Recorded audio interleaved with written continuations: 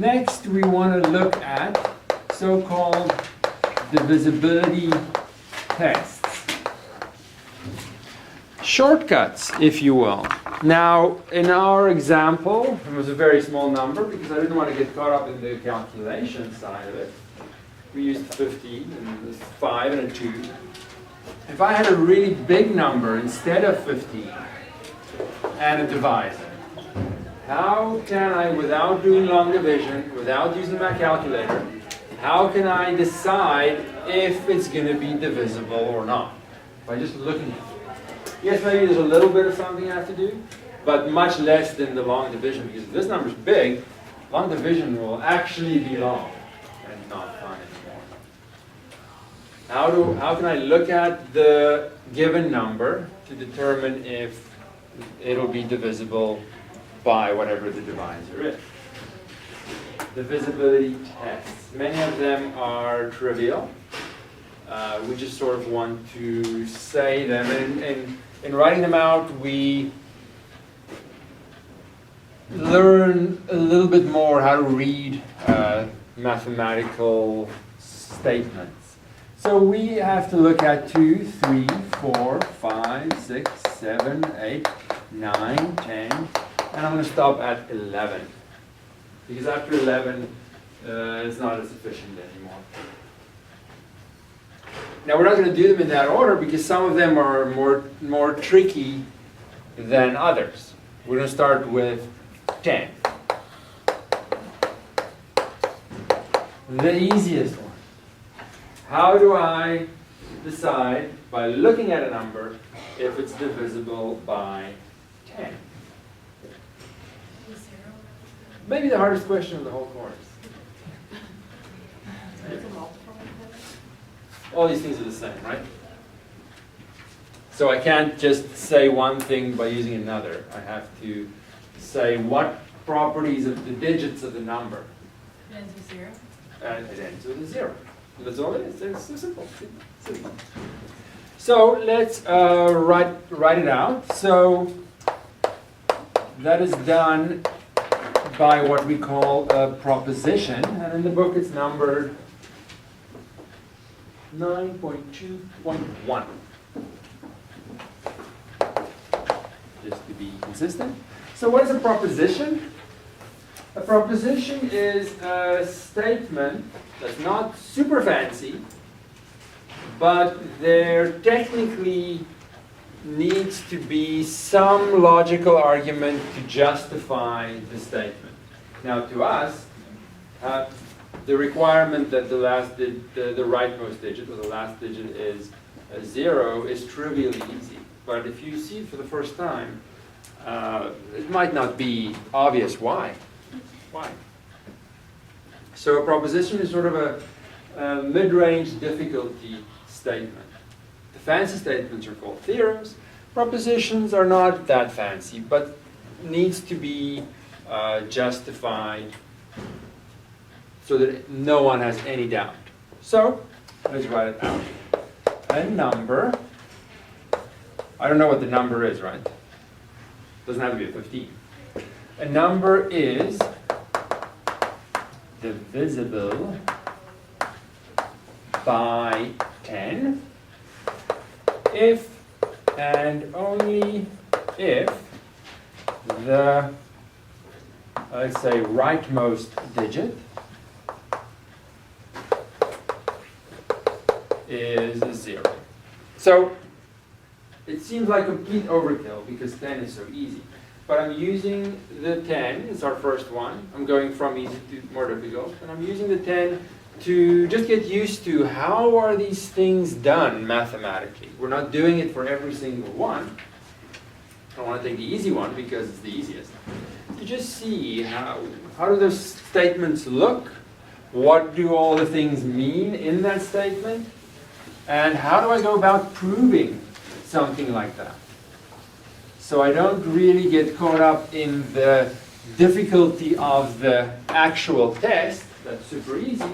But I'm more getting used to reading the language. First up is this. I think that's the only thing that needs clarification, perhaps. that door actually closed. That's why it's so busy. Not that it makes much difference. What does if and only if mean? That's a mathematical phrase. It really means equivalent. Meaning that I have this whole statement in two parts. The first part is what I'm looking for, a number being divisible by 10. The other part is how do I decide that? What is equivalent to that? The rightmost digit being 0 will give me the number is divisible by 10. And if the number is divisible by 10, the rightmost digit will be 0. It goes both ways. These two pieces are equivalent. So, on the one hand, let's say it says, I'm only doing it for this one, so that you can read those things if they ever come up in the future. We're not doing it for every one of them, but we're doing the easy test so we can focus on the language. We'll write it out. If a number, I'm just going to shorten the number at least, is divisible by 10, then it follows that the rightmost digit is 0. If I have 1, if I have the first one, then I have the second. But also, if the rightmost digit is 0, then it has to follow that the number is divisible, divisible by 10. So the if and only if means it goes both ways. If I have one piece, the other one follows, whichever one that may be. They're equivalent, they're the same. Talking about a number being divisible by 10 is the same as talking about the rightmost digit being 0. So that if and only if equivalency phrase comes up a lot, and I need to be able to understand how to read that. What is it trying to say? And many people just don't. We're not going to use it a lot, but it does come up in a lot of these equivalency tests. Now, how do we then actually go about proving it? A statement like that. So, again, we're not doing it for every single one of them, but I want to see how something like this, what it looks like, so that when it gets more complicated, the language isn't the issue, more the actual method is. So what would I have to say? I would have to show two things. One is what we call the forward direction in the way it's phrased there. The first one implies the second, that's this. So I sort of symbolically represent that direction with a double arrow. And the other one is the reverse direction. If I have the second portion, the first one follows. That's the reverse direction. So there are really two things to prove. That if a number is divisible by 10, what does that mean? And how does that lead to the rightmost digit being 0? Something so obvious doesn't follow right away. It's only because we've done it so many times. It's not an immediate conclusion. So the forward direction could be first. I have to do both. So I have two pieces in my proof, where I will assume the first and try and conclude the second. So if a number is divisible by 10, or let's say it differently. Let's say it like this. Let's say n is a number that's divisible by 10. Let's give it a name. I don't know what it could be. It could be any number. Let's call it n. What can I say by the definition of divisibility? What does divisibility mean? it means that, I need to write something there, that I'm going to be able to write the number 10 being my divisor with no remainder. Right? That's the remainder. If it's divisible, there's no remainder. And again, we only do this for this one. We're not doing it again. So that because it's the easiest one, and I can just get used to the language if I ever come across it again. That's what divisibility means. That's the definition of divisibility. I divide 10 into the number, and I get no remainder. I don't know what the quotient is. So I say there exists a number Q such that we can say this.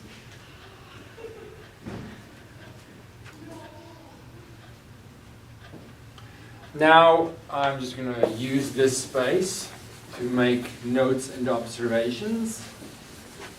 How do I conclude from that the rightmost digit is 0? That follows much more directly than it does from the original.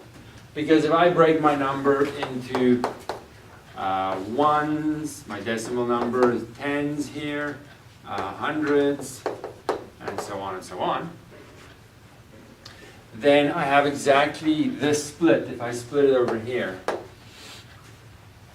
that this is automatically 10 times something plus the ones. But if the thing I'm adding is 0, that means there's a 0 right there. And I can conclude that the rightmost digit in this number, that I don't know what it looks like, is in fact 0. I don't know what the number looks like. So I need this little bit in between to link divisibility with the digit, so that it follows, so that someone can follow, yeah, okay, this follows from the first, and this follows from that, so the whole thing makes more sense. I also have to then do the reverse direction,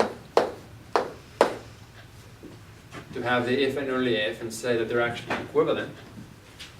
So let's say let n be a number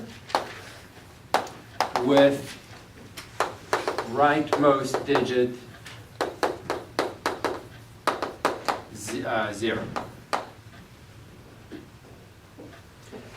Then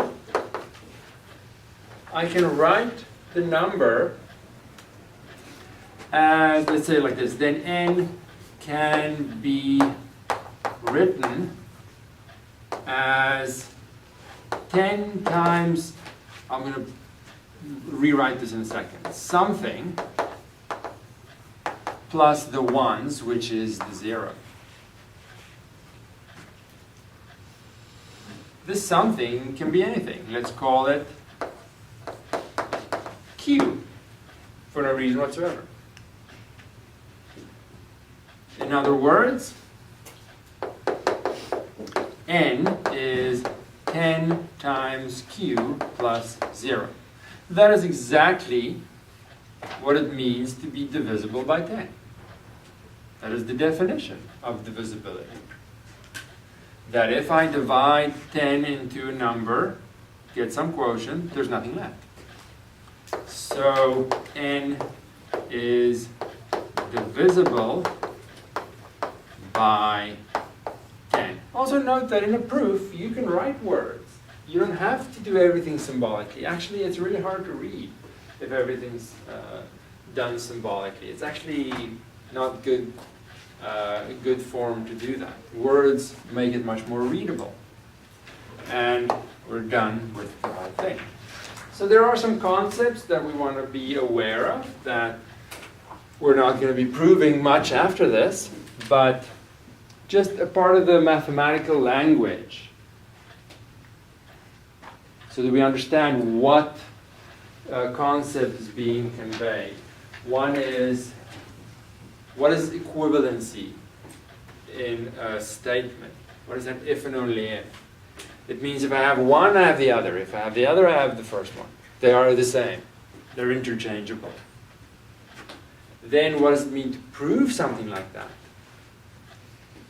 So I wanted to do the divisibility test for 10, which is the easiest one, and get used to the language. And for the other ones, we'll just write down the test in a similar way to this one, and then understand how to read it.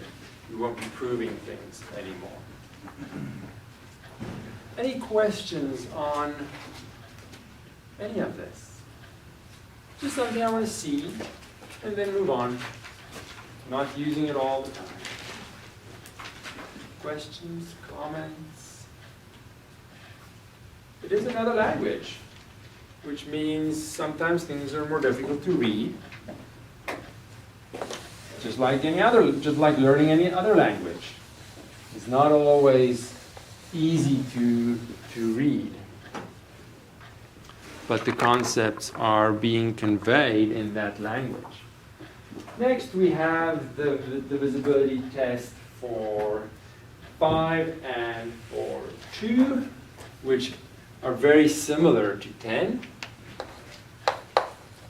Test for 5. I'm not going to write it as a proposition every time, but it is a proposition. It is a statement that has to be proved. A number is divisible by 5 if and only if the rightmost digit is 0 or 5.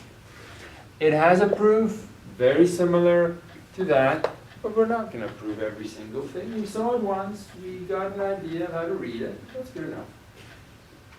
These tests, yes, they are very simple, very familiar, but hopefully there will be something in this chapter that is less familiar. I want to be careful when it comes to the test for 2, especially. Let's write it down first. Everyone knows it. But how you say it is important. A number is divisible by 2 if and only if the rightmost, I'll squeeze a digit over here, digit is 0, 2, 4, 6, or 8.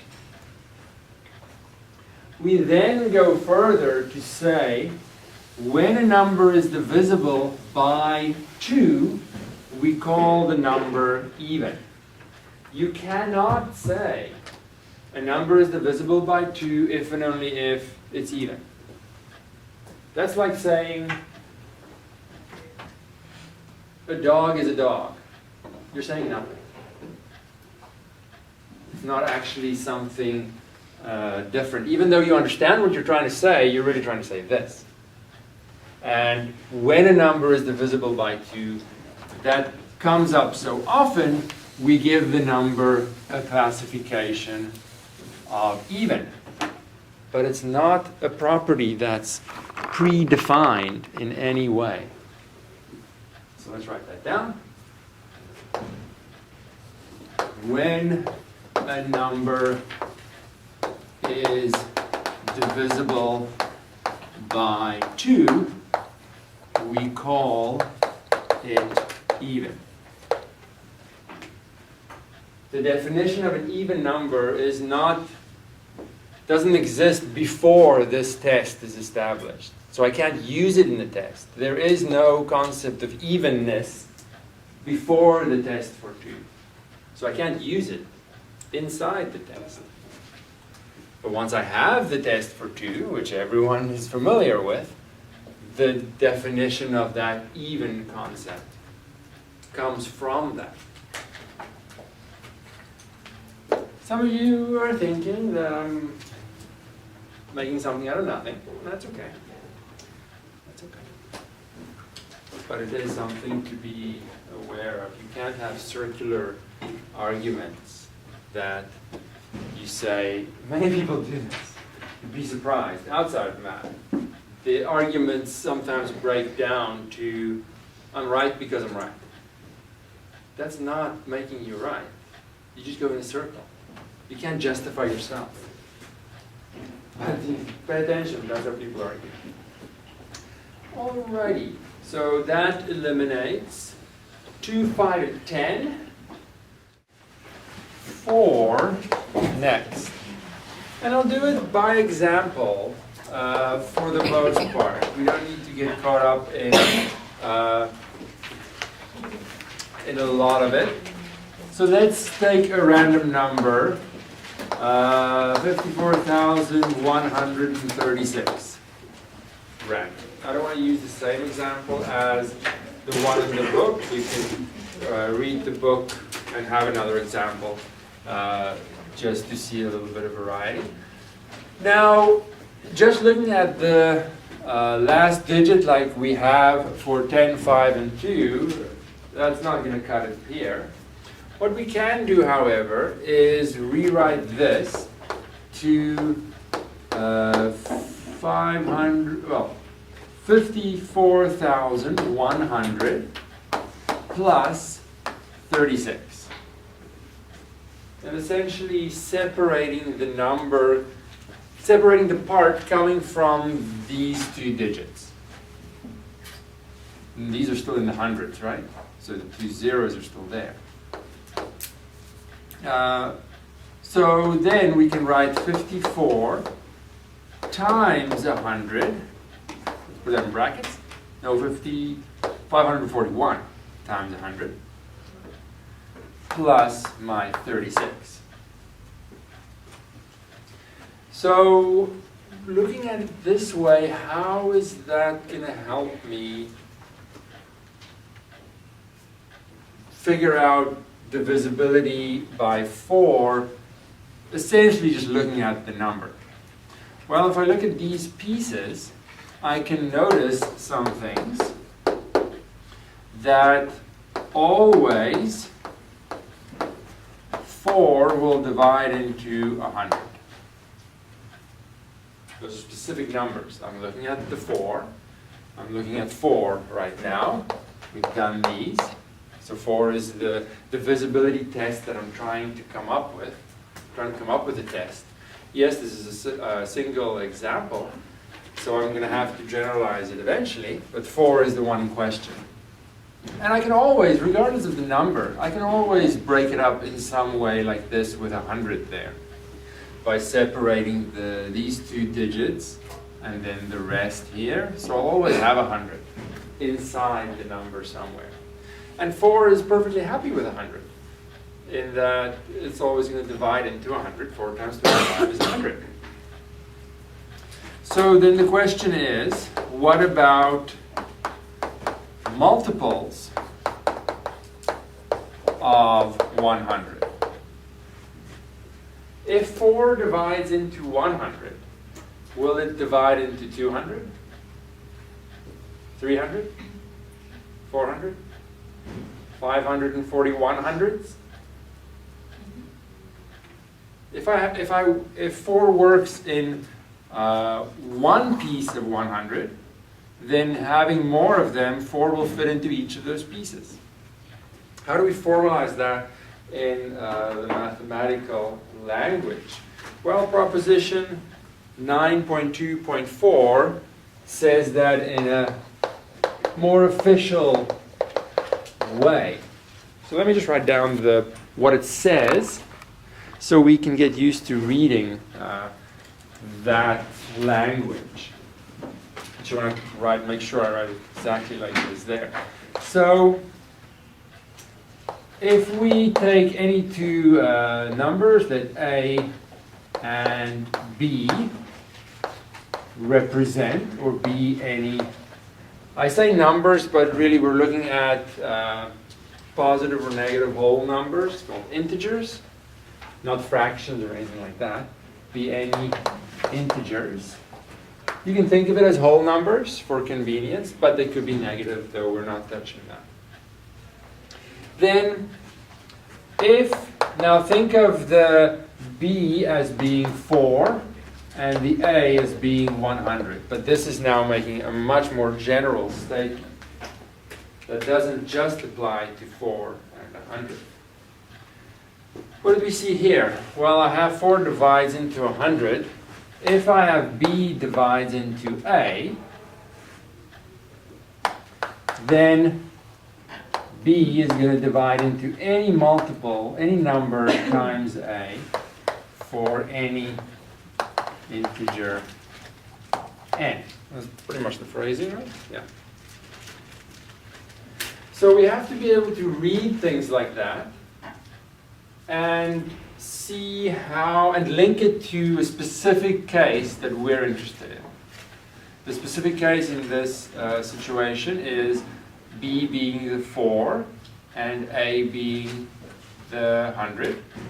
And we always have 4 divides into 100. What that is saying in English is 4 divides into any multiple of 100 then as well. So, how should we say this?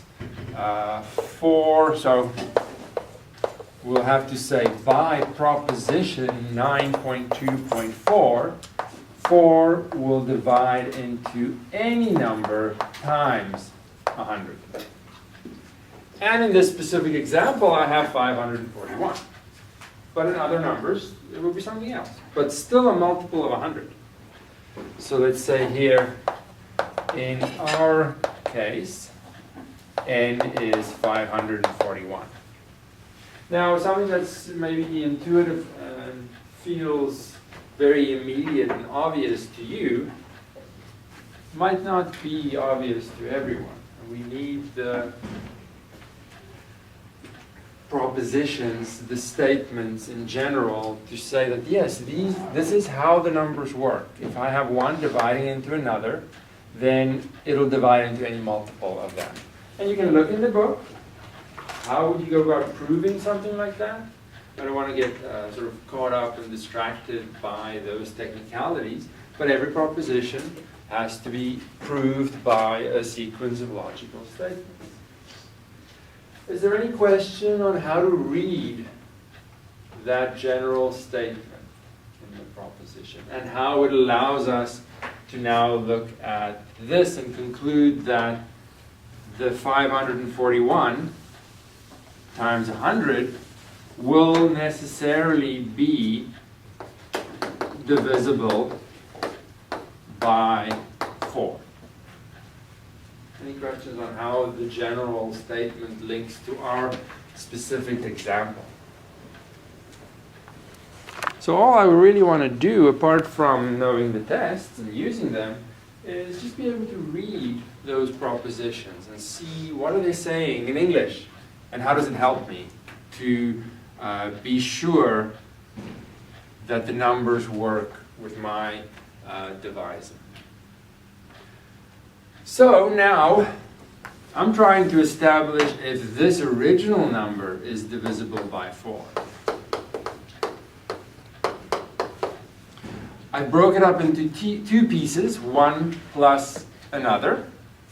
The first one I've established, regardless of the original number, the first one's always going to be divisible by 4. If I look at this number, now in this case, it is also divisible by 4. If I have something that's divisible by 4 plus something else that's divisible by 4, is it necessarily the case that the original will be divisible by 4? Maybe some feel, yes, of course it is. But it's not an of course. You need another proposition to say that. And proposition 925 says that in general. Now you all have the book, you can open it to 9.2.5. And essentially it's making a general statement saying if I have a big number, in that case they call it n, and I break it up into two smaller pieces, A and C, So the big number is A plus C. And the 4, which is B, divides into the first. Then it'll divide into the big number if and only if it divides into this little extra piece. So that means that the divisibility by 4 of the big number depends only on this. Because if and only if means equivalent. If it's divisible by this, then it's divisible by this. If it's divisible by this, sorry, if this is divisible by 4, then this is divisible by 4. So what I've done is I've reduced looking at this big number to looking at a 2-digit number instead.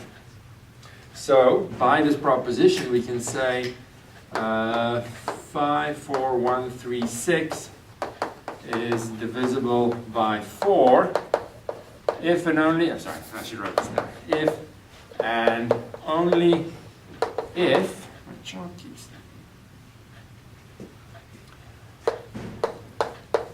the extra little 2-digit number coming from the rightmost 2 digits is divisible by 4. So if and only if means these are the same. Saying this is divisible by 4 is equivalent to checking that. And then the opposite as well. If this is not divisible by 4, I can't have this original number being divisible by 4 because there is equivalent. If and only if means the same. So the divisibility test for 4 is going to be checking the number coming from the last 2 digits, seeing if that number is divisible by 4, and that's a simple visual check, and then making a conclusion about the original. So regardless of how long or big the original number is, I only need to look at a 2-digit number. Only need to look at a 2-digit number. So let's write that down. Test for 4, divisibility test. A number is divisible by 4 if and only if the number formed, let's say from the rightmost 2 digits, if that is divisible by 4. And I need an if and only if, because the if and only if allows me to say that if the last 2 digits work with a 4, then the original number is divisible. But also, if it doesn't work, the original number can't be divisible either, because these two are the same. These two pieces in an if and only if statement are equivalent. And a test like this is not obvious and as immediate as the first, the 10, 5, and 2 were. It's not as immediately obvious why that would always work. I need general statements. Inductive reasoning by examples is not sufficient to make a conclusion of how it works in general. I need general statements, which are called propositions, to say that regardless of what this number is, looking at the last 2 digits will always work. Always.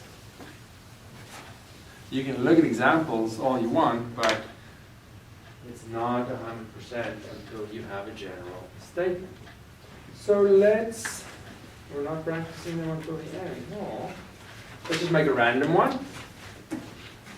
So we can just practice the 4, but it is still fairly easy. The point of these tests is to have a simple way of looking at the number and deciding, yes, it's divisible by 4 or not. Someone say random digits. Or we can just stand here forever. 7, 8, 3, 1, 2. One more. 6. All right. So that's a big number. I don't have a calculator. I don't want to do long division. I just want to look at the number and know if it's divisible by 4.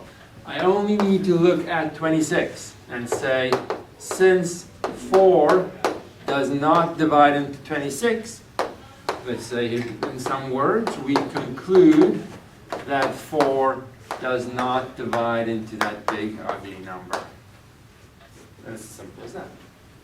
Just look at it. The test and all the work that went into the test, we avoided some proofs, but still, allows us to very quickly have a shortcut to say, yes, that is a multiple of 4, or no, it is not.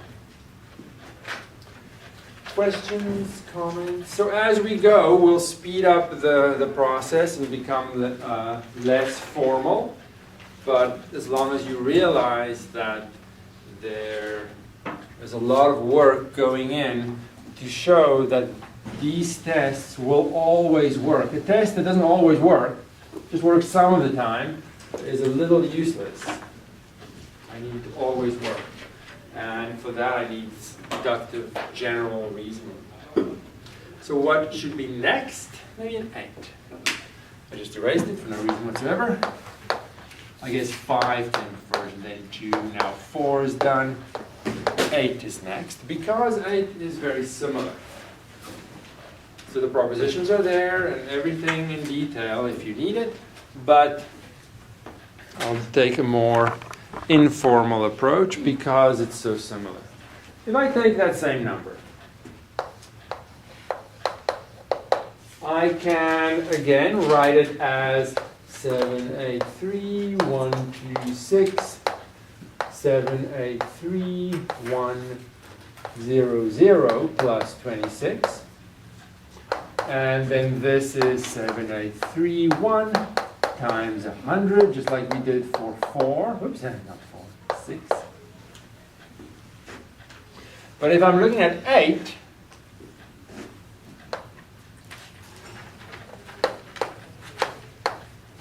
eight does not divide into 100 like 4 did. So it's not going to be exactly the same, unfortunately. Because, so sometimes I'll have a number that is divisible by 8, sometimes I won't. This doesn't necessarily work in exactly the same way because 8 doesn't necessarily divide into 100. It could still divide into the whole number because this might be very convenient, but not because of the 100. But 8 does divide into 1,000. 8 times 125. So instead, let's take the 783,126 and say 783,000 plus 126. Because then I can say 783 times 1,000 plus 126, and we're back in business. Now by the same argument as what we used for 4, 8 always goes into 1,000. So 8 would go into any multiple of 1,000. Which proposition allows me to say that?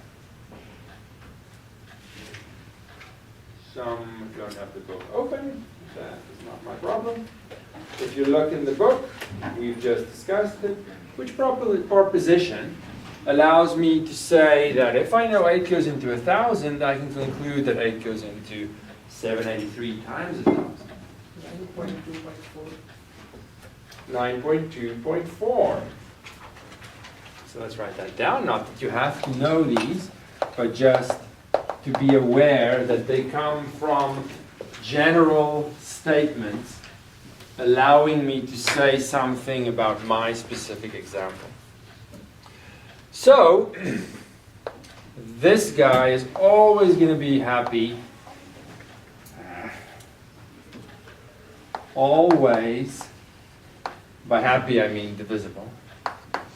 Divisible by 8. So if I want to make a decision about the big original number, again I really only need to look at the extra little bit that gets added. These two are linked. And by proposition 925, this one is divisible by 8 if and only if that one is. And I have my test for 8, taking a big number to really just a 3-digit number. Let's write that down. Test for 8. A number is divisible by 8 if and only if the number formed from the, we say the last digits, but that's a little vague, the rightmost 3 digits, if that number is divisible by 8. So in this case, it doesn't matter how big the number is. There could have been many more digits. There could have been so many digits the calculator can't even hold them in one screen. I simply need to look at the last 3 to decide if it is a multiple of 8. So we can say, since 8, not 4, does 8 divide into 126? Maybe you need to do a little long division or something, but it's just a 3-digit number, so that's much more convenient. It does not divide into 126. We can say, or we conclude, that it does not divide into the original either. So the aim of the tests is to take a big number and have a shortcut to immediately or very quickly say, yes, it's divisible, or no, it's not. Now, looking at divisibility by 8, a 3-digit number might still require a little long division, but maybe we'll call it short division, because it's always just going to be a 3-digit number. So that gets us past 8. What do I have here? 3. Any questions on the tests for 4 and 8? They're very similar, but not the same. What works for 8 doesn't necessarily work for 4. What works for 4 doesn't necessarily work for 8. It might, but it won't always. I'm looking for a test that says something that works every time. Every time. Any questions? Does it make sense? All right. A little different than the previous chapters. Let me just check so I don't miss anything. Okay, I'll take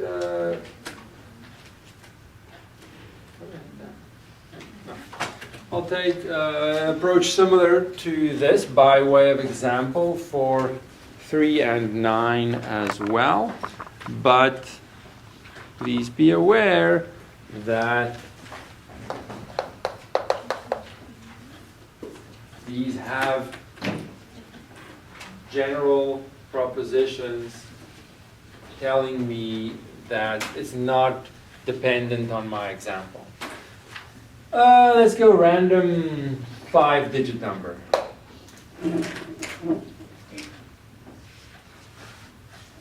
There's no wrong answer. You can say any digit you want. 4, 7, 8, 6. Oops, 6. 1. All right, that's long enough. We don't need to go that long. I have a reasonably sized number, and now I'm looking at divisibility by 3.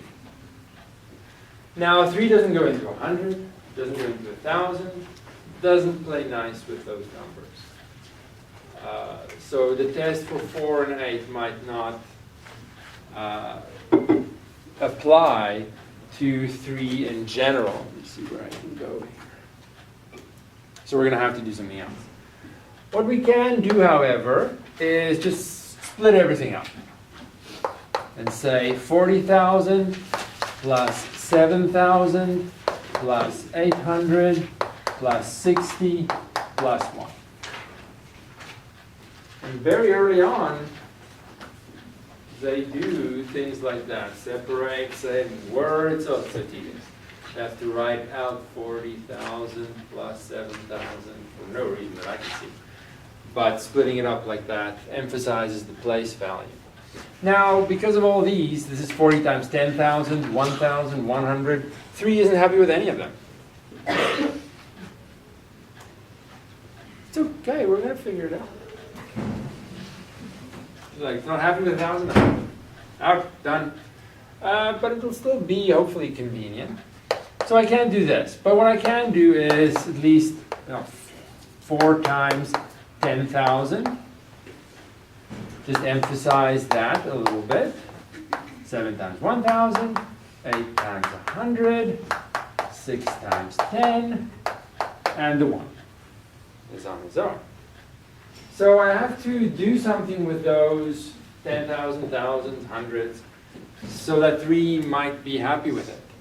Well, 3 is not going to be happy with 10,000, but it is going to be happy with 9,999. And then I have to have a plus 1 to get the original back. Same for this. I can't look at 1,000 and say anything in general, but I can look at 999, and then I have a plus 1 again. And I'll keep going like that. 8 times 99 plus 1. Squeeze it in here. 6 times 9 plus 1. And of course I have my digit here, right? Let's just, for the sake of argument, make that something else, like a 2. So it doesn't look weird. Could be any digit, doesn't matter. All right. What benefit does that have? Well, I'm bringing in some numbers. 4 was okay with 100. 8 was okay with 1,000. 3 wasn't okay with those. So I'm trying to bring in numbers that 3 is okay with. All those 9s. All right. So next, does everyone know what the distributive property is? Distributive property for numbers. You're going to be teaching. You have to know. Multiply the 4 in the bracket. It allows me to divide, in, for example, the 4 into the bracket. If I have A times B plus C, and again, a general statement allowing me to do something with my specific example. Distributive. Just got to change the camera back. Distributive property.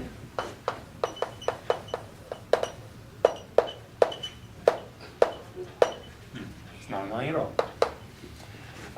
If I have something like this, some number times, in brackets, something plus something else, which is exactly what we have. But I have a general statement to allow me to do something with my specific example. Then I have the first number times the first one in the bracket. That calculation, of course, comes first, but you can emphasize that in brackets. Plus the first times the second one in the bracket. You don't need the brackets, but it's nice to emphasize the groups sometimes. Distributive property. You can't not know it. There's no sidestepping it. You will be teaching that not that high a grade at all. So that allows me to simplify this. Oops, now let's turn the camera again.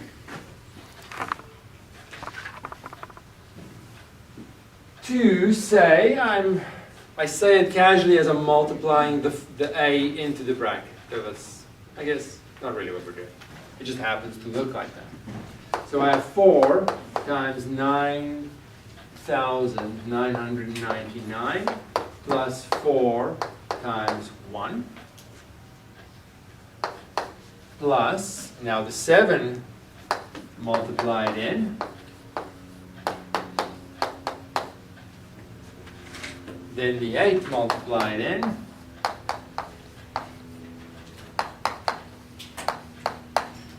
then the 6 multiplied in, then the extra little digit that's just floating around there, the last one. Now I didn't need to emphasize 4 times 1, right? That's just 4. And that's just 7. And that's just 8. And that's just 6. So I didn't need to go that fancy. Now I'm just going to regroup these things. And have 4 times 9,999 plus 7 times 999 plus 8 times 99 plus 6 times 9, and just group them visually with a bracket. And then everything else I'll group here, a 4, a 7, an 8, oops, that's a plus, a 6, and a 2. Now again, I'll say that I'm not going to ask you to explain all this detail ever.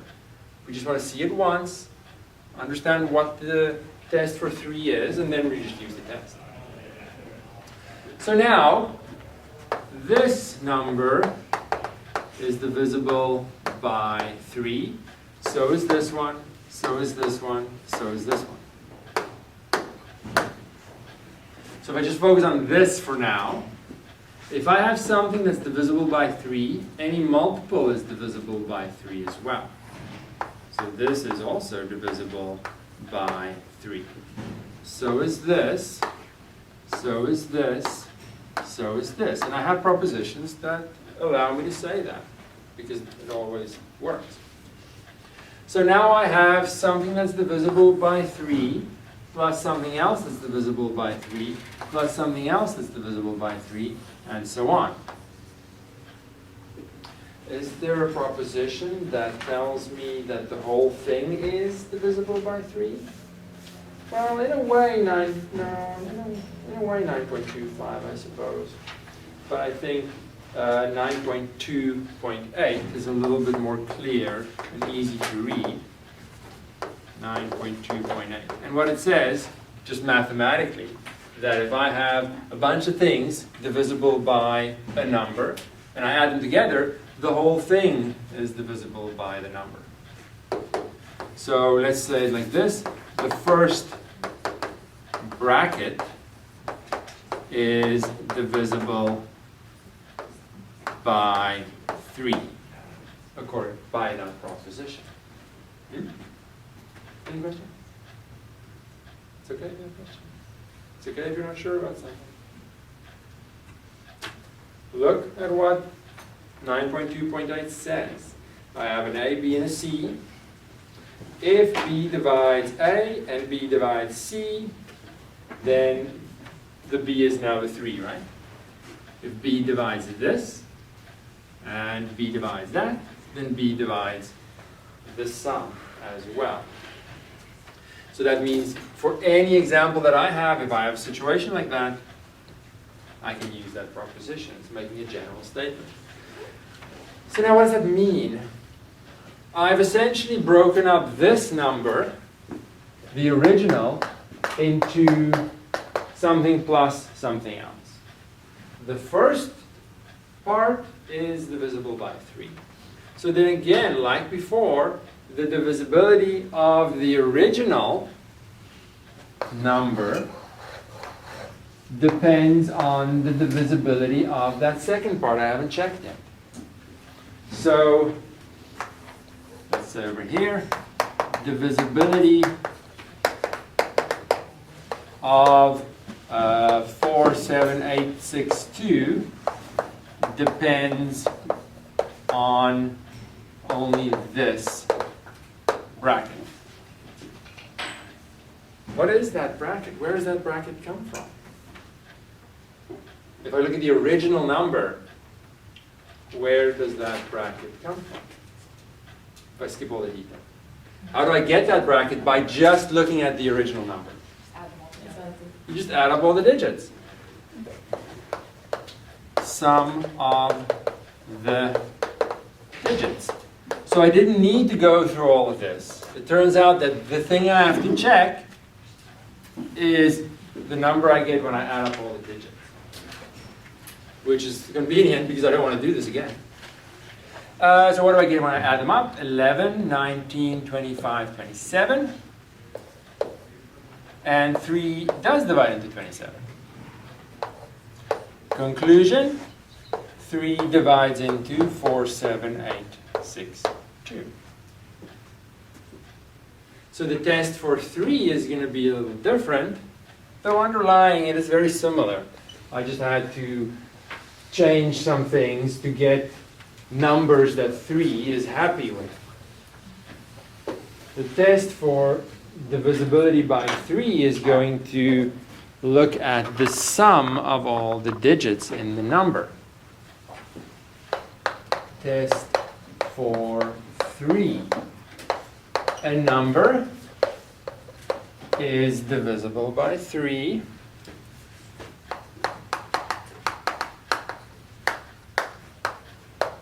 if and only if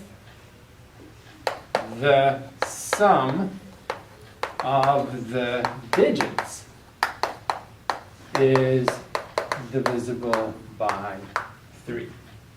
Let's take another example. Random example. The number can be long, short. Well, I want something long, so I don't know the answer without the test. Let's just make sure everyone is writing.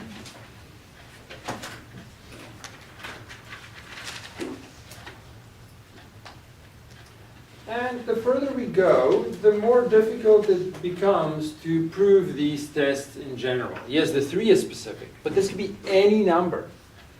And if you look at those proofs, you'll see that it becomes a little more technical because I have to be able to write this out like we did for our specific example without knowing what the digits are. Let's have a random 6-digit number. Everyone just shout digits. It's not hard. 7. There's so much agitation. There's no wrong answer. 4, There you go. 7, 1, 6, 5. I heard it too. There's no wrong answer. It's so easy. You just shout numbers. Okay. I want to know if that is divisible by 3. What I have to check is the sum of these digits. I'm just going to write down sum of the digits. Because I see the digits, I just have to add them up. Now, of course, we're doing that without a calculator. Because we're trying to actually be better. When I add up all the digits, it's just single digits. What do I get? Take your time, not everyone is equally fast with mental arithmetic. It doesn't have to be. She says 32. Is there anyone that supports her 32? All right, 32 seems to be. Now I look, that's a small number. It's just, yes, if the original number is bigger and bigger and bigger, the sum of the digits will slowly increase in size, but not as fast. So we could say here, since, let's call this n, because I'm lazy. I want to write all this again. Since 3 does not divide into 32, we can conclude that 3 does not divide into my original. It's as simple as that. It's a little bit more, I guess, than that you have to perform a calculation by adding up all the digits. But after that, whatever 3 does with that sum of digits number, it'll do to the original big number as well. So the test was definitely a shortcut in that I can look at something small and manageable and make a conclusion about the big number. But it's not immediate from the digits in the number. I have to add them up. Any questions on the test for 3? There's good news and bad news. The bad news is that as we go, the tests become a little more difficult. The good news is that for 9, the test is identical. Identical.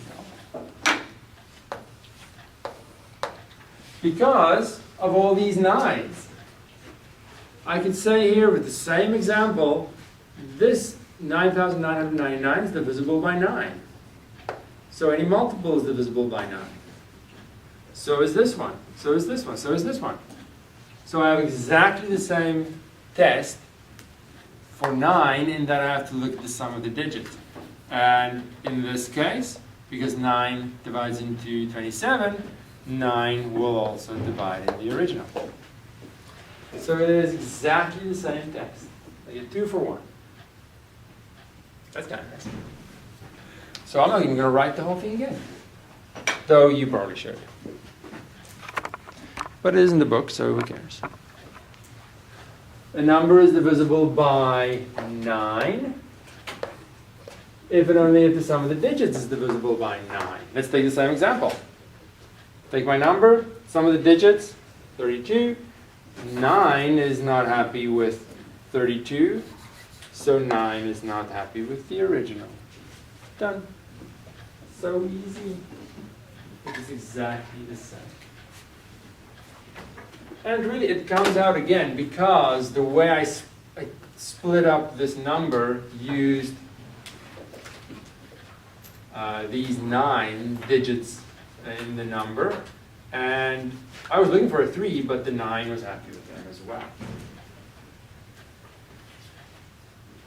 Any questions so far? Which numbers are missing in my list?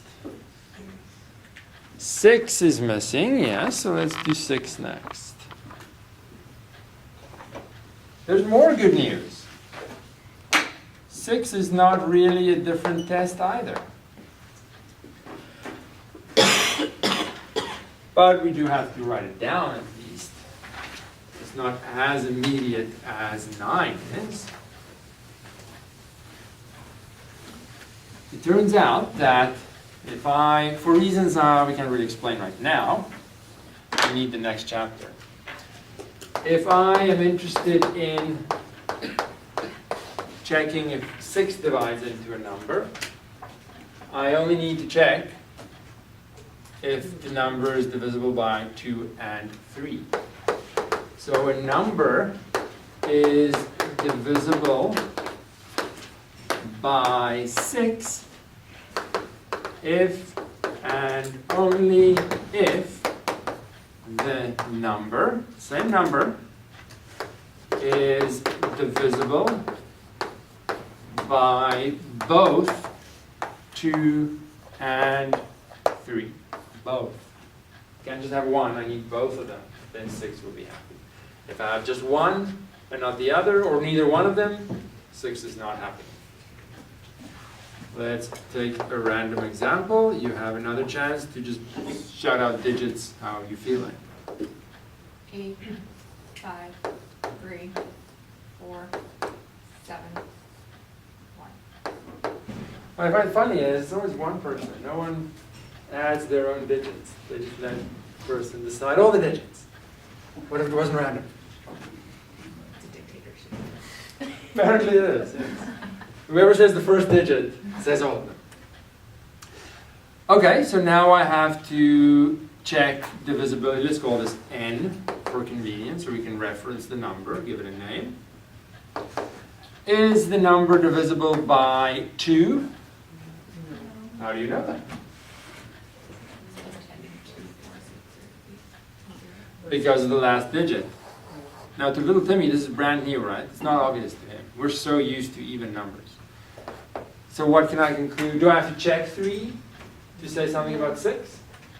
No, the only way 6 is going to be happy is if both of them are happy. And if I lose one right away, we can say not divisible by 6 either. So let's fix it a little bit and make this a 2. Or 4 maybe. Now, that number is divisible by 2, and I don't know if it's going to be divisible by 6 until I check 3. But for 3, I need the sum of the digits. What is the sum of the digits? It's a little arithmetic, still much less than the size of the number might require. Sum of the digits is 31. 3 is clearly not happy with 31, and from that I conclude that 6 does not divide into the number. So I do get it for free, but I need to check two things before I can make a conclusion. I need both before 6 is satisfied. Any questions on that? The test, just out of curiosity, the test we've done so far, is some of it new information, or have you known all this already? I want something to read that's a little new. I didn't know about the adding up the numbers. Okay, so good, that good. they'd be- Of course, 10, 5, and 2. Okay, good. 4 and 8, is that new or not? It makes sense when you look at it now. Like, surely I know this on some level already. All right, so it's good to add a little something new. Something new is always good. Now, what's left in our list now? Only 7? 7, 11. That was lame, sorry. We're going to do 11 first, and then 7. Sadly, 7 doesn't play well with others. It likes to be different. But 11, if you review the test for 3 and 9, which is the same, 11 is just a slight modification of that, but it's too much to fit in to our lecture. I will just sort of give a little bit of a head start. So before the test for 11, we need just a little bit of terminology to be able to state the divisibility test for 11 as simply as possible. Many other books do it in a different way, but it's a little confusing to read, so I find this one as simple as we could possibly make it. Let's make a random number. Let's take, for example, I'll use a different one than there is in the book, 752,314. And we can split it up, 700,000, 50,000, like we've done many times in the past now. 300, 10, and a 4. So this I can see as 7 times 100,000. 100,000. This is 5 times 10,000. 2 times 1,000. 3 times 100. 1 times 10, and 4 times 1 if you want to write that. So really these are powers of 10. This one is 10 to the power of 5. This one is 10 to the power of 4. This one is 10 to the power of 3. This one is 10 to the power of 2. 10 to the 1, and 1 is 10 to the 0.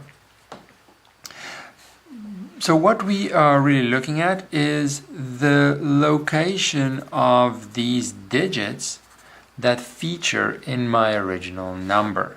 And I just want to refer to their position. And we're going to count the positions according to the powers of 10. And it starts at a 0 from right to left. So if I spread them out a little bit and I write the positions over here, this is position 0, position 1, 2, 3, 4, and 5. So it starts with a 0. I'll call these the decimal position or positions of the digits. And we'll say, for example, 3 is in decimal. Now we don't have to say decimal every time because it's the only kind of positioning we're talking about. Is in position, well, 0, 1, 2. In the number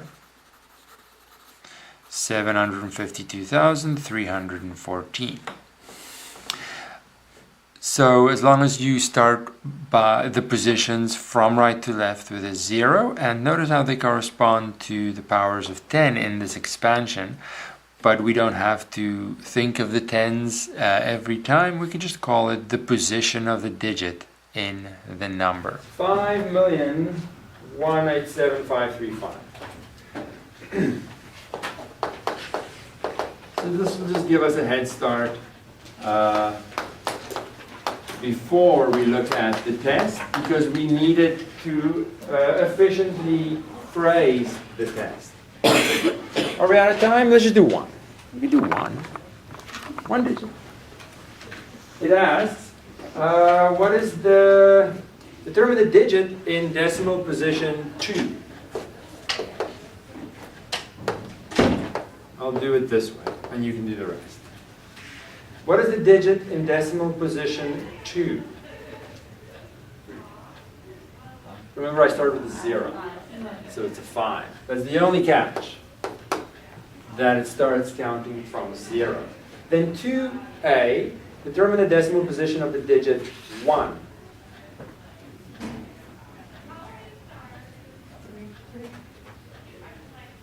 Where's the 1? It's in the 100,000.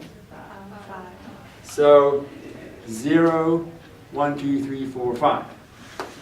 Oh, they're both 5s, but very different 5s. And what is the determine the digit in decimal position number 5? So 0, 1, 2, 3, 4, 5. So this digit is a 1. Digit in position 0 is a 5. 0 is the, starting from the right, starting from the first one. Then number 2, let's put that over here. Now we're just asking in reverse, what is the position of the digit 1? Well, position 0, 1, 2, 3, 4, 5. So a lot of 5s floating around, but they all mean different things. Then the second one there is, what is the decimal position of digit 3? 1. Position 1. Then what is the decimal position or positions of the digit 5? Now the 5 occurs in multiple places. So it'll be position 0, position 2, position 0, 1, 2, 3, 4, 5, 6. So there are many positions that digit 5 occurs in. Any questions or uncertainty what we mean by the place or position of a digit? Crystal clear? Yes. All right. Now we need to check the divisibility test, or the divisibility by 11. So, random number time. Actually, I'm going to do it on this one. I'm going to need a lot more space. And the camera cuts off on that one, whereas for this one, it's the whole board. So, random number time. Like, I don't know, 5 digits maybe? 5, 7, 1, 3, 6. Should be enough. Got to see the dictatorship continues. Now we're going to do the same thing. That it is 50,000 plus 7,000 plus 100. Whoops, just 100. Plus 30 plus 6. So I'm trying to do something similar to 3 and 9, because checking the last 2 digits, or the first 2 digits, that was a test for 4, doesn't really work always for 11. 11 doesn't like 100, doesn't like 1,000, so none of those would work. So I'm trying to do something like the test for 3. So I start the same way. I'm just going to move this a little bit So I have 5 times 10,000, 7 times 1,000. Let me just check if I have enough digits. That should be enough. I'm just going to change the 1 to a 2, just so there's something more to write there. So it's not confusing. 3 times 10 and 6. Same as before. But now with 3, I went 5 times 9,999. Oops, plus 1. Would that same strategy work for 11? Does 11 divide into 9,999? Maybe use your calculator if you want to. It's okay. It's a big number. Does 11 divide into that? We did that because 3 and 9 as well divided into this, which means we were on the right track. Does 11 divide into that? Yeah. Yes, it does. Okay, so that's good. That's what we want, right? We're focusing on 11.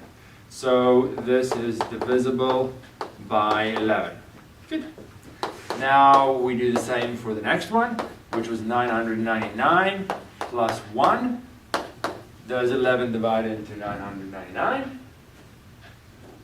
Yes. No. No. You can't just say yes just because you want it to be. It is or it isn't. It does not. It's not divisible by 11. So we can't just do it in exactly the same way as we did 3. So what else can we do? So that's not going to work. This is good. But it seems like we can't do this for every one of these terms. What we can do, however, is say 1,001 minus 1. Does 11 divide into 1,001? Yes. Yes, it does. So we're trying to stay close. We have 1,000 here. We just need to go up and down a little bit. So this is divisible by 11.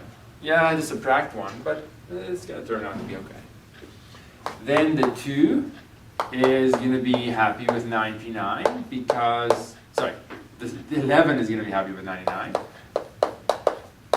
Divisible by 11.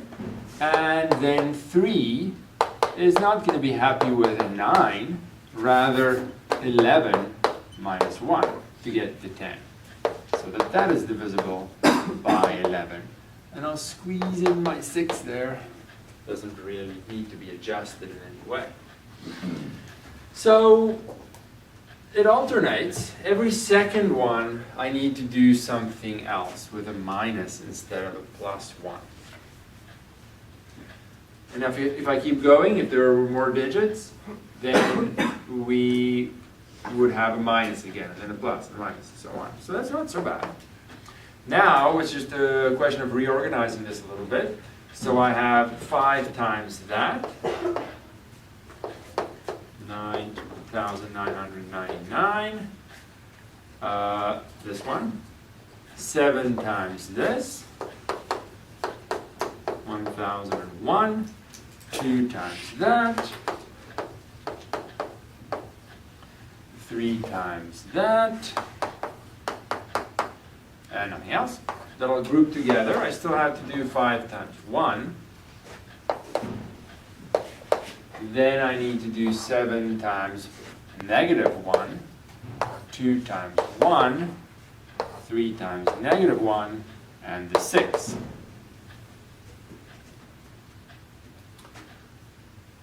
All right. Now for convenience, perhaps we can write this backwards. 6 minus 3 plus 2 minus 7 plus 5. Might be a little easier.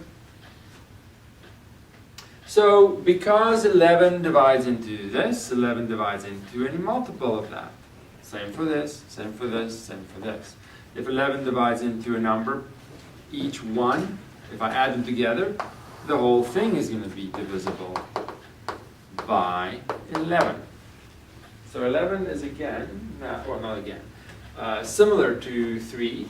11 is happy with this first bracket. We just had to do a little bit of an adjustment. So the divisibility test, or the divisibility of the original number, depends on the divisibility of this guy. So divisibility depends on this number. How do I get that number though? How is it related to the original? The second one. It is the digits. The digits backwards. Backwards, yes, and then a plus minus issue. So it is a little more complicated than the divisibility test for 3, but it is similar. It is similar. It's manageable. So let's write that out in general. Our test for 11. A number is divisible, whoops, by 11 if and only if, that's the only test we need. If it works, it's divisible. If it doesn't work, it's not divisible by 11. If and only if the, let's say, oh, how should we say it? The best way. I don't want to look again, but I want the phrasing to be consistent with the book. There are many ways to phrase it. If you look, now this is the position 0, position 1, position 2, position 3, position 4 in my example number. That's why I wrote them from right to left, because I'm counting positions right to left. And every second one is subtracted. Every odd position is subtracted. Every even position is added. So we could say, a little wordy perhaps, but one way to say it is, if the number obtained, let's say, from adding the digits in even positions and subtracting the digits in odd positions, we'll get a number. If that number is divisible by 11. What are they doing? Really? No, that's on camera forever. Wonderful. Just have to make these things up. Anyway, does that phrasing make sense? I didn't check how I wrote it in the book, but you have many ways of phrasing it. The book says, divisible if and only if the sum of the digits in even decimal positions minus the sum of digits in odd decimal positions is divisible by 11. That is what's up. So you can do them one by one, or you can group them all together and then subtract them. I don't really encourage that. It's up to you.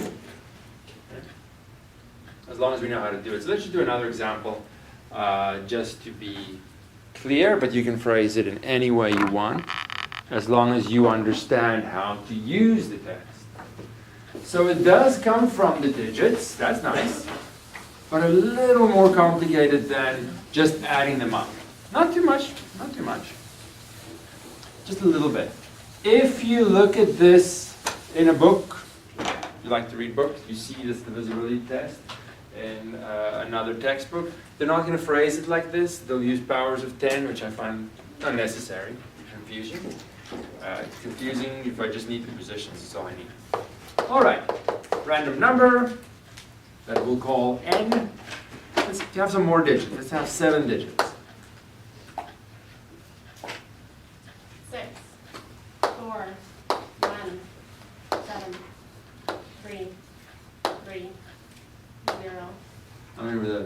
7. Right. Okay.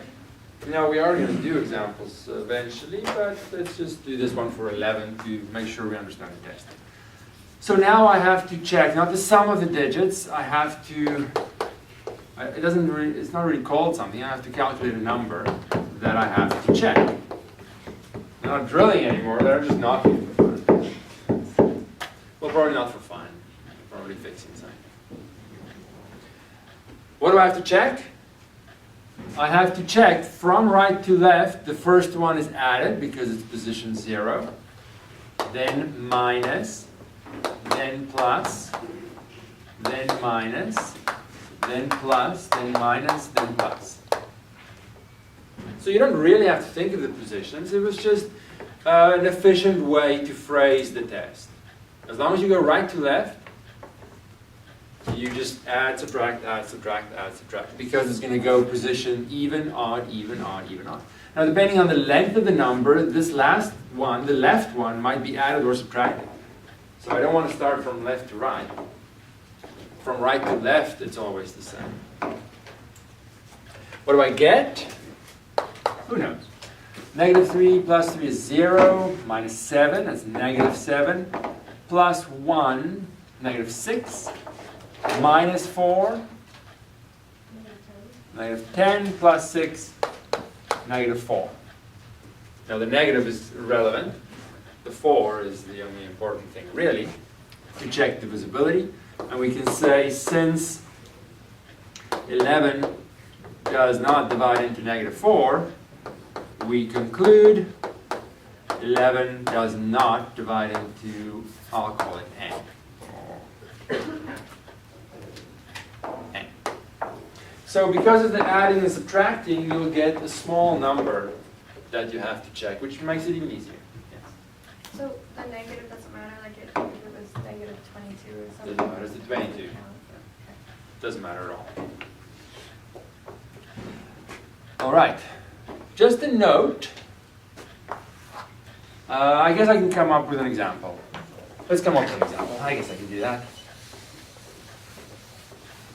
Something special that I should see before it happens, maybe in the test by accident, is what if the number is something simple. I'm not going to worry about fixing it too much. Let's just do that. Actually, no, this way.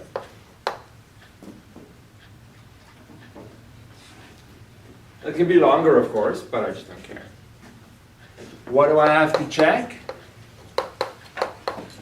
From right to left, 1 minus 3 plus 3 minus 1. 0. So now the question is, I want to write it in the same way. Is that a divisible or not divisible? I haven't finished that line yet. Is 11 divisible, sorry, is 0 divisible by 11? You want to say no, but it's a special case. And it actually is. Anything is divisible. So let's go back to, what was it, 15 and 5? I said 5 divides into 15 because I can write 15 as some number times 5 with no remainder. As long as there exists a q like that, that's what we call divisibility. 5 is divisible. Sorry, 15 is divisible by 5 as long as there's no remainder for some number there. I don't care what the number is. Integer, of course. So if I now want to say 11 divides into 0, I can say that if I can take the big number, which isn't big in this case, find a q so that I can write that. Is there a q that I can put in? Is there a number that I can put in place of q for that equation to be true? 0 would work. So there does exist a number q. It's a special situation that I just want to be aware of because it comes up in this test for 11 and nowhere else. So since 11 divides into 0, anything divides into 0 because of this. 0 is special. We conclude that 11 divides into 1, 3, 3, 1. And it does. Check your calculator. It does. So the divisibility test should be complete. I shouldn't be looking anywhere else. So the test should say yes when I have something like 1,331. And when I have something like that, the 0 is the number that I have to check. And 11 does divide into 0. So when you see a 0 in the divisibility test for 11, it's still a good thing. The answer is still yes, it is divisible. Nothing else is really weird. This is the only slightly strange one. But it does fit with the definition of divisibility. Nothing is broken in any way. Questions? No questions? All right. Let's do some exercises. 9 point, I just looked at the number. 4. 9.4. Now when we separate every 3 digits, we separate with a comma. But many people read 9.4 as if there are 4 separate numbers to check divisibility. That's just one big number. I don't know how else to write it. We use a comma. Maybe there's a space that looks weird. I don't know.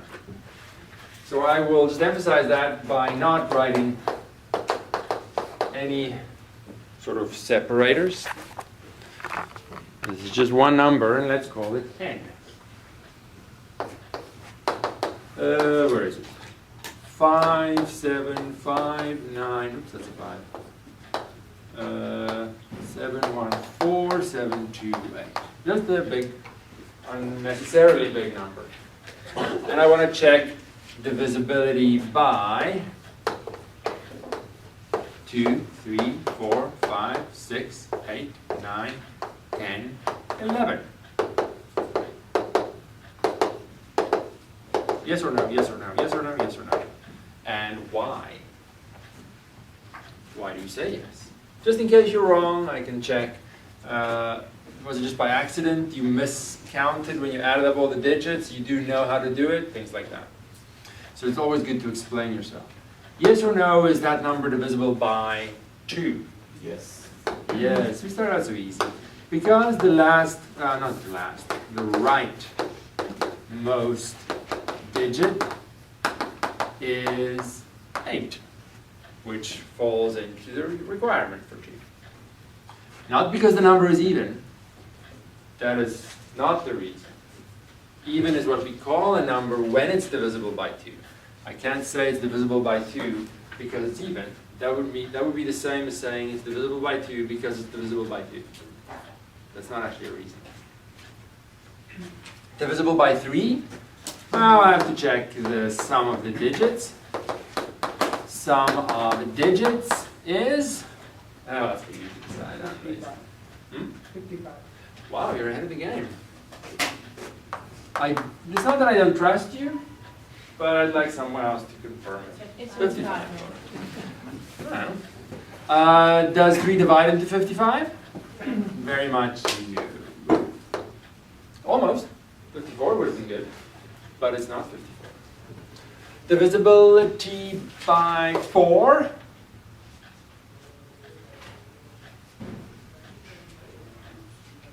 That's a lot of silence. I'm not sure why.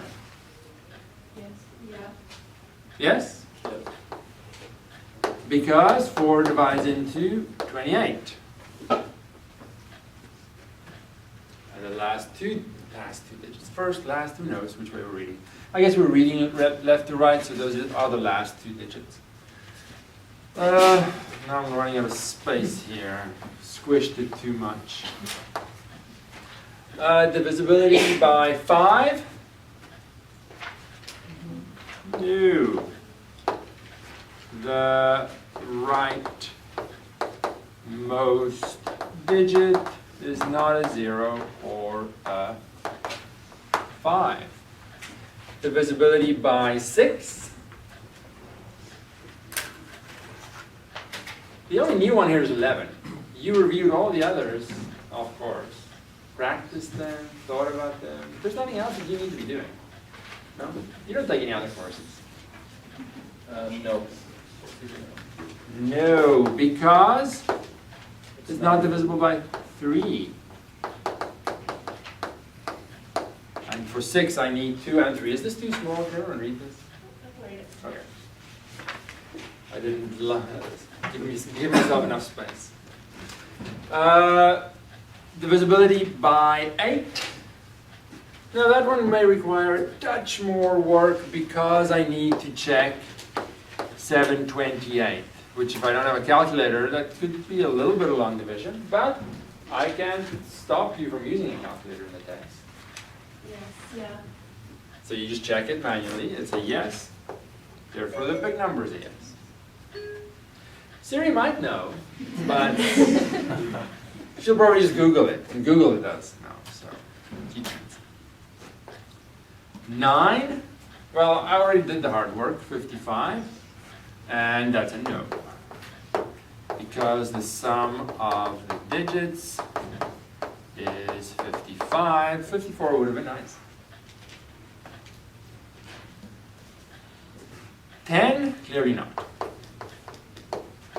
The rightmost digit. Of course, you can phrase this explanation in whatever, way you want, as long as you have something, so that in case you say yes for 9, for example, because you miscalculated the sum, at least I then know you do know the test. So I should give you something for that. 11, well, I need to check. That's a lot of work. What's the number I need to check? If I go right to left, 8 minus 2 plus 7 minus 4, blah, blah, blah, blah, blah. I think it's like 9 or minus 9. 9. Yeah, 9. 9 or minus 9? 9. 9. And clearly that does not work. 11 does not divide into 9. So 0 is the only exception that you have to watch out for. Anything else, and it's straightforward. 11 fits into it or not. And the negative doesn't matter. Alright, that's not too bad. One was missing. 7. Oh, 7. 7, just wants special attention. That's really all it wants. It wants to have its own little subsection, and the only way it can manage to do that is by not having a nice divisibility test. No reason. Don't know why 7. Often 7 just doesn't play well with others. So, just on the camera. Because, yes, there are tests for 7. I really only care if you know one of them because it just gets more and more complicated. The downside is a test should make things faster. It should be a shortcut. Otherwise, what's the point? I can just do long division. And the amount of work that goes into the test for 7 is pretty much the same as the amount of work going into long division. So it's not really beneficial. You can have a test just to have a test, but it should serve a purpose. It should speed things up. And the test for 7 does not. But there is a test. Let's give a random, like, 4-digit number.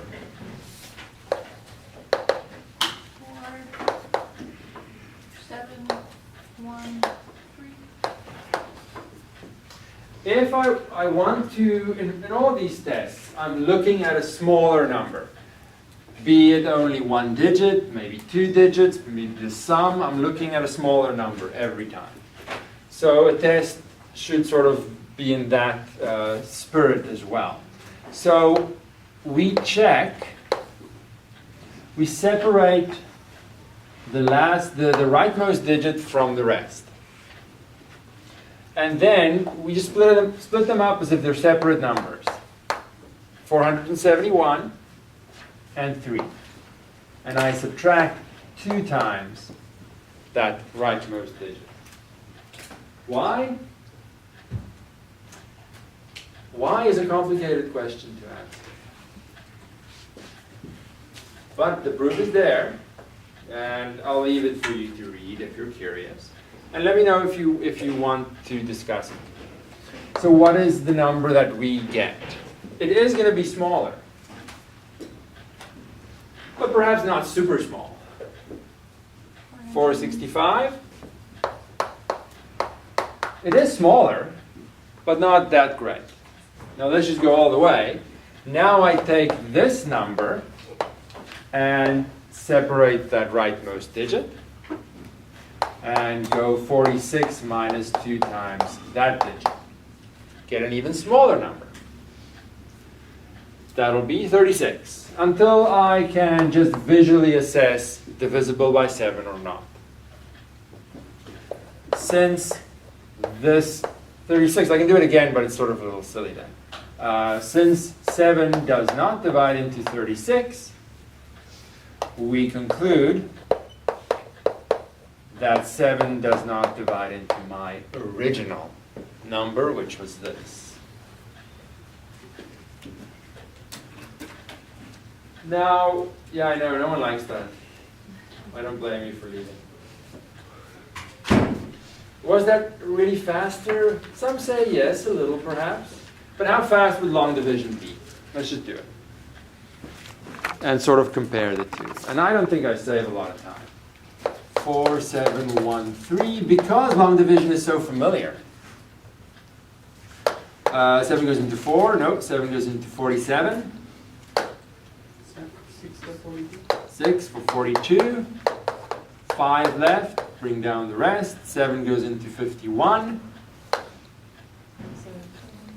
For 49. 2 left, and a 3. 7 goes into 23 3 times. 21, 2 are left. That felt faster. Of course, you have to be comfortable with your multiplication tables, but we should be anyway. So, I don't know. It's not a test worth actually using. That's why I'm not including 7 in the divisibility test questions.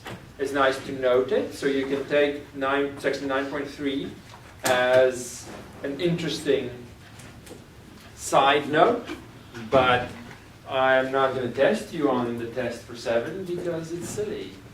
It's not beneficial. I can just do the long division. Thoughts? No thoughts. You're void of thought. There is no thought currently in your head. Is there anyone that has strong feelings that I shouldn't discriminate? 7 should be included in everything we're doing. No, we want to discriminate a little bit? Well, it's its own fault. Get a better test. Then we will add you. But it's just the way 7 is. All right. So if you're curious, why on earth is that test? There is no intuitive reason. When you do the proof, it just is. So I'm going to leave it by example. Yes, there's a general statement, proposition 932, all of it's there if you really want to look at it. And actually, it leads to something very interesting. Tests for bigger numbers like 13, 17, 23, all those have very similar tests. But this is just sort of a side note for interest sake. But I wrote it there so you can have the information if you want. Exercise 9.5 is a nice one. I wanted to. That is now a nice testable question. So we're given some numbers, and in each one there's a digit missing. Find the missing digit so that the number is divisible by the given number. Now yes, with a calculator you can do this in many ways. Trial and error, but trial and error is just a terrible problem-solving strategy. 4, 3, 4, and I want it to be divisible by 9. So let's make it a little bit more mathematically convenient and put a letter or a symbol in place of that digit. Let's call it x, the mystery digit. Now, using the test for 9, I'm going to have to add up all the digits. Sum of the digits is 7 plus x plus 4 plus 3 plus 4, giving me 7, 11, 14, 18 plus x. Don't let the x scare you, it's just a placeholder for a number I'm trying to figure out. So now 9 has to go into this, 18 plus something. I want to slowly introduce symbols representing hidden numbers, because that is part 4. But for now, just get used to using a letter to represent a mystery number.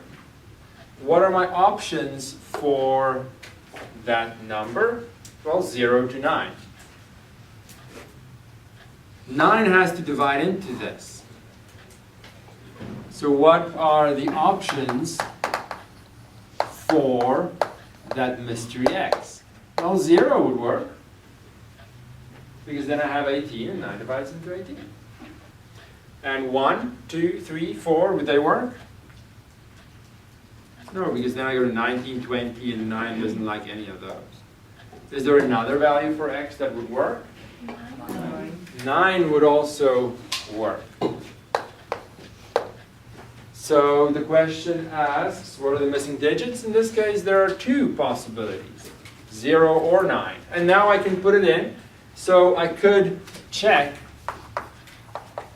to see if 9 divides into 7, 0, 4, 3, 4, and 9 divides into 7, 9, 4, 3, 4. You check it with your calculator, I can't stop you. So there's really no need to have anything wrong in these questions, because you can check. Does it work? For the top one it does. It's good to check, Yeah. because I could have made a little addition mistake here, right? So you have that check, and there's no no reason to get this wrong at all. All right. But our knowledge of the divisibility test does make this faster, so that you don't waste time plugging in 0, getting it to work and then stopping, or a 1, doing the whole division on your calculator. I'd be done by then. Number 2. I want it to be divisible by 8. And it's 4, 3, 6, something, 8, 6. Now, I have to know my divisibility test for 8, so I don't just plug in every possible digit and test it on my calculator. That seems a little silly. What is the divisibility test for 8? Let's put a little number in there. I just require that 8 divides into, I put a line under it, otherwise sometimes when you use variables with numbers it means multiplication, and that's not what we're doing here at all. It's just a placeholder for that digit, something 8, 6. Now that's perhaps a little more tedious, and my calculator would come in handy. But it's less to do on my calculator. What options? There's a little bit of trial and error here, because the number is a little big. Long division won't work. I don't know what the number is. Options for x. So I try 0. Does 8 divide into 86? No. Then I try 1, 186. 286, 386, which ones work? 7 is the only one that works? Have we tested them all? Who's actually doing it? Some people are actually doing it.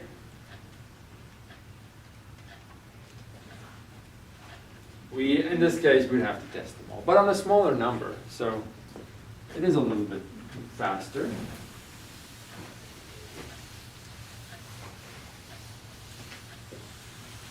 You might think, I'm just gonna sit back, let someone else do it. I'm not interested.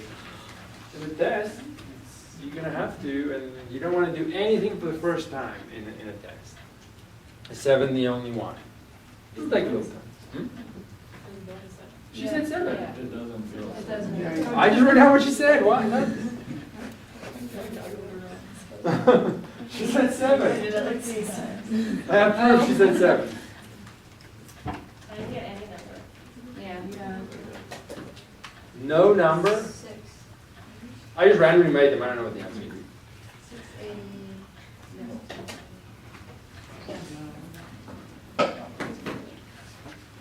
I guess no number is possible.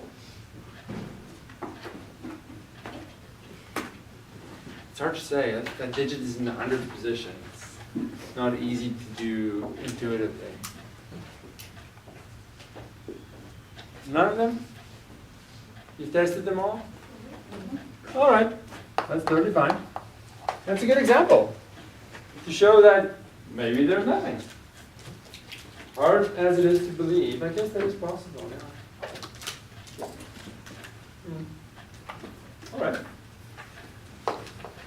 It's good to see an example like that, because what if randomly I have a quiz question that has an answer of none? Then you might think, well, I've never seen that before. There has to be an answer. So it's good. Number 3. 6 to divide into 6, 3, 9, 7, something, 8.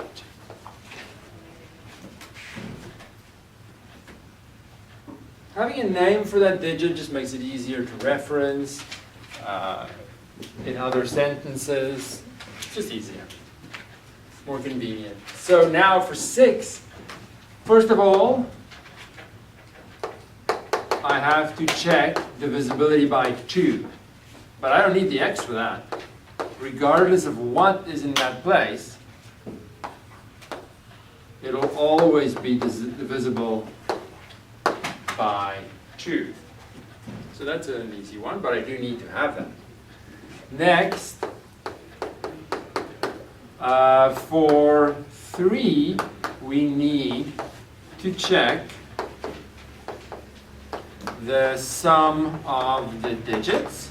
Let's go up here, which is 6 plus 3 plus 9 plus 7 plus that missing one plus 8. What do I get?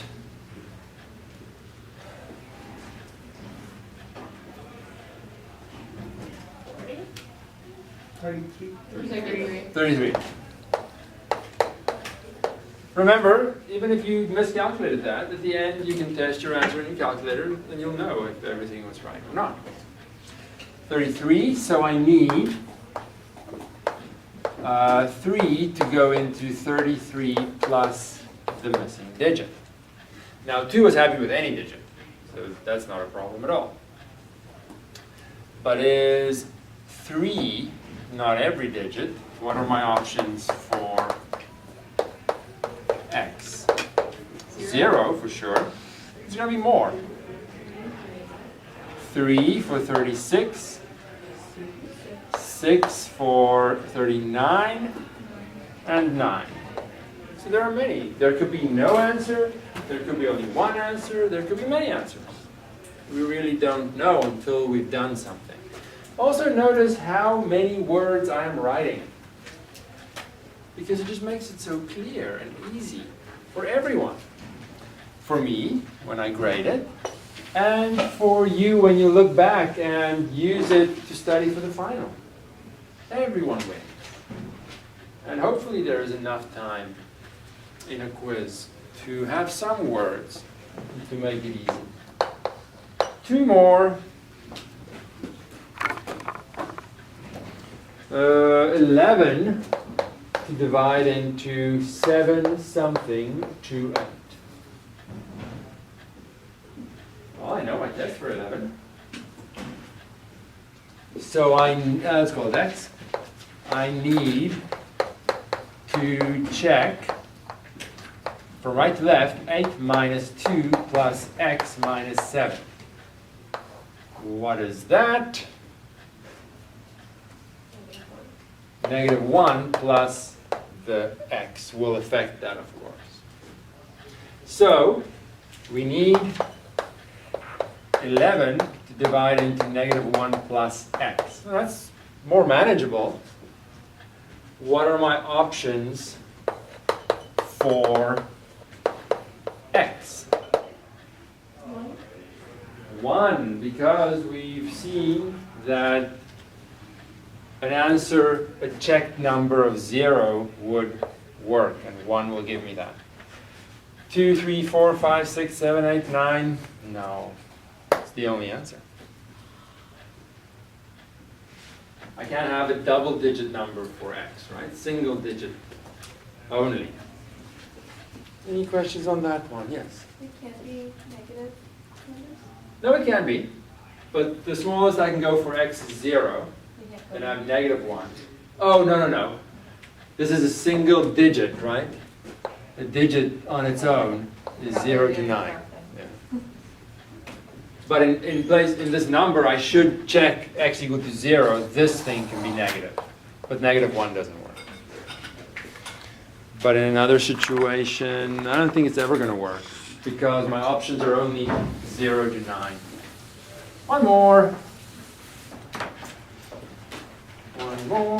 5. So I'm looking at divisibility by 4, 2, 2, 8, 7, something.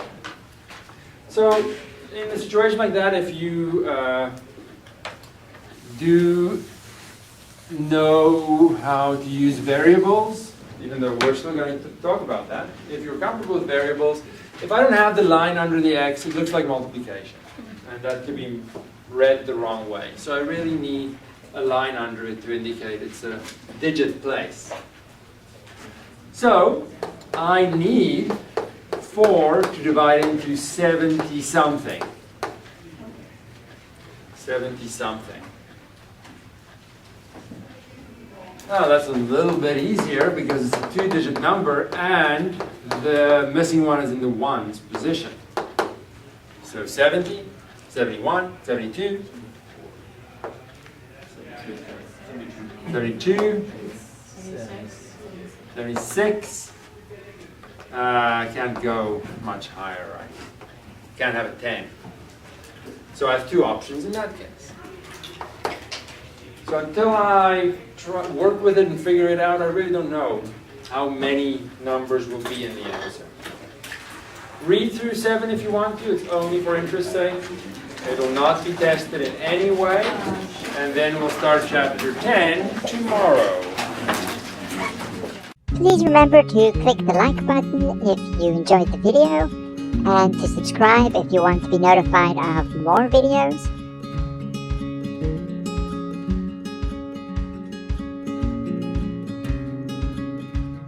Thank you.